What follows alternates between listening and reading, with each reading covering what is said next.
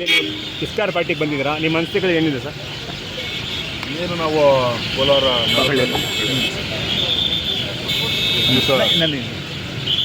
ಇಫ್ತಾರ್ ಒಂದು ಊಟ ಇಟ್ಕೊಂಡಿದ್ದು ನಮಗೆ ಒಂದು ಪದ್ಧತಿ ಇದೆ.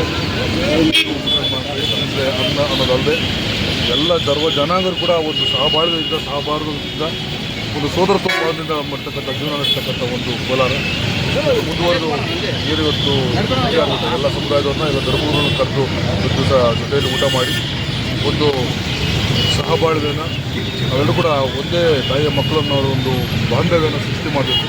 ಅದ್ರ ಮೂಲಕ ಎಲ್ಲರೂ ಕೂಡ ಒಟ್ಟಾಗಿ ನೆಮ್ಮದಿಯಿಂದ ಬದುಕೋದು ಆಗಬೇಕಂತೇಳಿ ಇವತ್ತು ದಿವಸ ಸೇರಿದಂಥ ಈ ಒಂದು ಅವಕಾಶ ಮಾಡಿಕೊಂಡಂಥ ಎಲ್ಲ ಧರ್ಮಗುರು ಕೂಡ ನಾನು ವಂದನೆಗೊಳಿಸ್ತಾ ಮತ್ತೊಮ್ಮೆ ಈದ್ ನಮ್ಮ ಹಬ್ಬ ರಂಜಾನ್ ಹಬ್ಬ ಎಲ್ಲರಿಗೂ ಕೂಡ ಶುಭವಾಗುತ್ತೆ, ಎಲ್ಲರಿಗೂ ಶಾಂತಿ ಇದೆ ಮತ್ತು ನೆಮ್ಮದಿಯಿಂದ ಬದುಕುವಂಥ ಜೀವನ ಕಲಿಸ್ಕೊಟ್ಟೆ ಅಂತೇಳಿ ನಾನು ದೇವರಲ್ಲಿ ಪ್ರಾರ್ಥನೆ.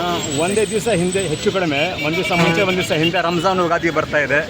ಅದಕ್ಕೆ ಅದು ನಮ್ಮ ಒಂದು ಬಾಂಧವ್ಯದ ಸಂಕೇತ. ಅದೆಲ್ಲೂ ಕೂಡ ಏನು ಮುಂದೆ ನಾವು ಒಬ್ಬಟ್ಟು ನಿಮ್ಮ ಜೊತೆ ಹಂಚ್ಕೊಂಡಿರ್ತೀವಿ, ಮಾರನೇ ದಿವಸ ಏನು ನಿಮ್ಮ ಒಂದು ಊಟನ ನಾವೆಲ್ಲ ಹಂಚ್ಕೊಂಡಿರ್ತೀವಿ. ಹಾಗಾಗಿ ಎಲ್ಲರೂ ಕೂಡ ಒಂದು ಸೋದರತ್ವ ಭಾವದಿಂದ ಬಾಳ್ತಕ್ಕಂಥ ಒಂದು ದೂರದೃಷ್ಟಿ ಇಟ್ಕೊಂಡು ಆಚರಣೆ ಆಗ್ತಾಯಿದೆ.